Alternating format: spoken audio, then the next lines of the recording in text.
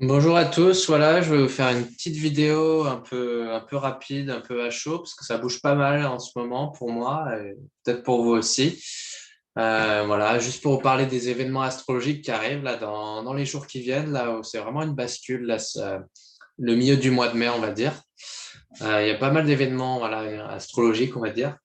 Je vais vous montrer là justement avec cette carte du ciel là justement, enfin avec les différentes cartes du ciel avec la date. Vous voyez que là on est le 9 mai 2022. Les planètes, voilà, vous avez les planètes en couleur dans les signes. Donc en fait, vous allez voir en fait, c'est juste pour vous illustrer un peu mieux là la carte du ciel. En fait, ce qui va y avoir là, c'est déjà là le 10 mai, demain. Du coup, on a Mercure, vous voyez là, le petit R, ça c'est Mercure. Et le petit R, c'est-à-dire qu'elle est rétrograde, donc c'est-à-dire qu'elle va commencer à reculer vu de la Terre.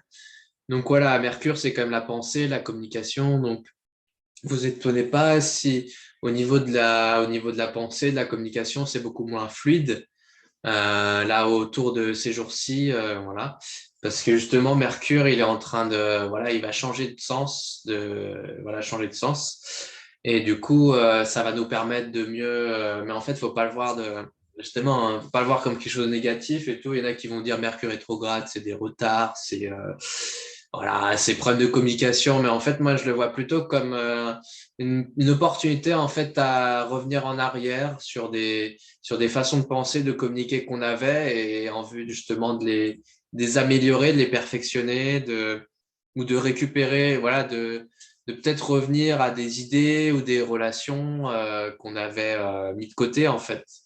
Et ça permet de récupérer des belles choses aussi en fait. Ça permet de revoir le passé en fait. Et voilà. Donc c'est pas, voilà, c'est comme tout, c'est ni positif ni négatif, quoi. C'est juste qu'effectivement, avec ces rétrogrades, on n'a pas, la plupart du temps, la planète, elle est ce qu'on appelle directe, donc on n'a pas trop l'habitude, en fait, elle fait 3 fois par an, elle fait 15-20, elle a une période de 15-20 jours où elle rétrograde, donc ce qui est plus rare que le moment où elle est directe, donc forcément, on a moins l'habitude, donc c'est vrai que c'est plus quelque chose de déstabilisant que quand elle est directe, cette énergie de Mercure. Et ce qu'on voit aussi, vous voyez que là, il y a en fait là, on est dans la période en fait où il y a des éclipses, parce que justement, on voit que le Soleil, il est autour du nœud nord. En fait, le nœud nord, c'est le point avec le nœud sud qui est à l'opposé et qui est pas mis là, mais c'est le point où le Soleil et la Lune, en fait, ou comment dire, c'est le moment où en fait euh, la Lune va se retrouver au même niveau que le Soleil et la Terre, en fait. Et c'est pour ça qu'on va avoir des éclipses, en fait, de Lune ou de Soleil, en fait. Parce que la Lune, vraiment, elle est à la même hauteur que le Soleil et la Terre, et du coup, soit la Lune, elle masque le Soleil, soit la Terre, elle masque la Lune, en fait. La Terre, elle masque la Lune par rapport au Soleil. Voilà. Et du coup, là, on voit bien que ça brasse bien au niveau. Enfin, je sais pas vous, mais moi, j'ai l'impression que c'est effectivement les éclipses, ça parle vraiment de. En fait, ça parle vraiment de tout ce que ça nous parle là, ces éclipses avec les nœuds lunaires, ça nous parle vraiment de revoir en fait la direction vers où on évolue en fait. Enfin, notre façon d'évoluer, d'où on vient et où on va en fait. Sachant que où on va, c'est le nœud nord en fait. Cet appel vers un futur inconnu, un peu voilà, un peu différent, le nœud nord. Et le nœud sud, à l'opposé, en fait, c'est plus en lien avec d'où on vient, le passé, la zone de confort. Voilà. Et voilà, voilà. Donc voilà, les éclipses, on en a eu une déjà. Voilà, je vais vous montrer. Vous voyez la lune qui revient. Si on revient un peu en arrière, la lune, là, le 30 avril, il y avait la nouvelle lune en taureau qui était une éclipse, en fait. Et en fait, du coup, voilà, si on avance un petit peu, donc je vous ai dit, là, on revient aujourd'hui, 9 mai, demain, Mercure rétrograde. Et en fait, voilà, déjà aussi, attention, là, le 11 mai, parce qu'on voit ce qui se passe, là, c'est qu'on a, vous voyez, Jupiter, là, il est toute fin poisson, 29 degrés 58 là, demain. Et en fait, le 11 mai, il passe en bélier. Et voilà, Jupiter reste à peu près 1 an dans un signe en moyenne. Donc voilà, il reste longtemps dans un signe et du coup, ça a un impact assez. Jupiter, c'est les expansions, c'est les opportunités, ça parle vraiment d'expansion au sens large, quoi, dans le monde, d'opportunités. Et donc là, voilà, ça montre bien qu'au niveau au niveau, disons, Jupiter, c'est vraiment pas mal en lien avec le social, en fait. Au niveau social, au niveau de notre expansion dans le monde à chacun, et ben voilà, ça va changer l'énergie avec le bélier.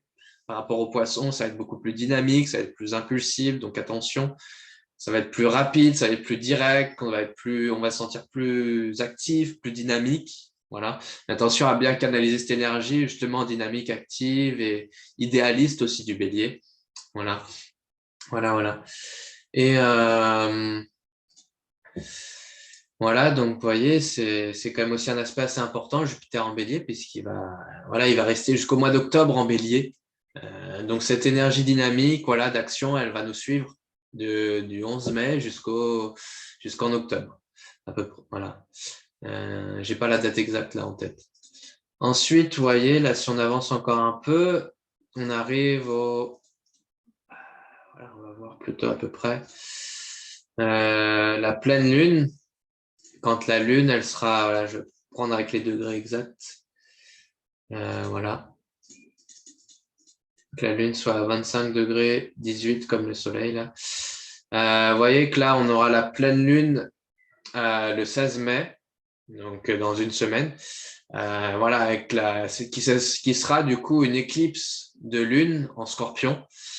Donc voilà, avec l'éclipse de lune en scorpion, ça parle vraiment d'aller en profondeur dans ses émotions, au niveau des émotions, au niveau des souvenirs du passé. Il pourrait y avoir vraiment des choses enfouies qui remontent à la surface, des peurs, des désirs profonds, voilà, plein de choses en profondeur, pas que des choses négatives, parce que c'est vrai qu'on a tendance à avoir peur de ce qui est dans nos zones d'ombre, dans ce qui est au fond de notre conscience, mais en fait, il y a aussi des désirs, il y a aussi de la puissance, il y a une rage de vivre, voilà, il y a beaucoup de puissance à aller chercher, quoi.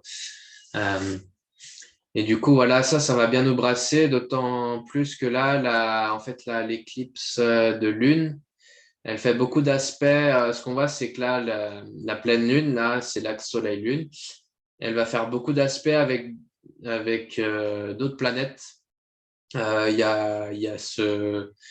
y a un espèce de ce qu'on appelle un bateau, là, en fait, vous voyez, où il y a là l'opposition Soleil-Lune. Et puis ça vient faire là 2 triangles bleus. Vous voyez, on a 2 triangles bleus. En fait, ces énergies-là, là, c'est assez bien parce que ça va amener beaucoup. C'est comme si ça permet de mieux de relier. En fait, là, c'est Mars, Neptune et Pluton qui permettent de relier en fait cette opposition entre le Soleil en Taureau et la Lune en Scorpion qu'on va ressentir au moment de la pleine Lune. Donc ça va permettre de mieux, voilà, ça amène en fait tous ces traits bleus là, ça amène de la communication, de la créativité, des échanges, des informations. Justement, c'est un peu comme vous avez un conflit avec une autre personne, mais il y a des tierces personnes qui vont être un peu comme médiatrices et qui vont vous aider à mieux comprendre, à mieux trouver un équilibre avec cette autre personne, voilà, avec qui vous êtes vraiment en conflit parce qu'elle a l'air vraiment différente. On peut le voir un peu comme ça, cette énergie. Voilà. Et par contre, il y a une autre énergie qui est un peu plus là, un aspect de tension. Donc, encore une fois, que ce soit les traits bleus qui sont plus harmonieux, en fait, ou les traits rouges, en fait, sont plus d'aspects de tension. C'est ni négatif ni positif, en fait. Ça dépend de la façon dont on les utilise. Et du coup, là, Saturne, qui va être en carré, ce qu'on appelle en carré, là, à 90 degrés du Soleil et de la Lune, et ben, ça forme un triangle. Vous voyez comment ça forme un triangle rouge? Ça veut dire vraiment que en fait, on va se sentir poussé. C'est comme s'il y a une énergie qui va vraiment vouloir aller là. Cette opposition Soleil-Lune, en fait, ça va venir vraiment mettre une pression sur Saturne, en fait. Saturne en Verseau qui cherche lui vraiment à mettre en forme, à voilà, à mettre en forme, à ancrer vraiment des idées nouvelles, voilà, des idées nouvelles qu'on a, voilà, qui vont améliorer le monde, qui vont changer notre vie, qui vont changer le monde, voilà. Donc c'est bien parce qu'on a à la fois pas mal d'aspects harmonieux avec tous les traits bleus là, entre Pluton, Soleil, Lune, Mars, Neptune. Ça c'est bien et en même temps on a quand même des aspects, enfin voilà, on a quand même des aspects de défi aussi là qui nous stimulent, qui nous dynamisent quoi, voilà. Donc ça va mieux nous aider à la fois à développer nos potentiels et en même temps à faire face à des défis à l'aide de ces potentiels justement. Voilà, bah voilà, vous voyez, donc je récapitule, il y avait si on revient en arrière, le 16 mai, là, l'éclipse de Lune en Scorpion avec plein d'aspects. Le 11 mai, Jupiter qui passe en Bélier, le 10 mai, Mercure qui rétrograde. Donc, vous voyez, c'est quand même assez.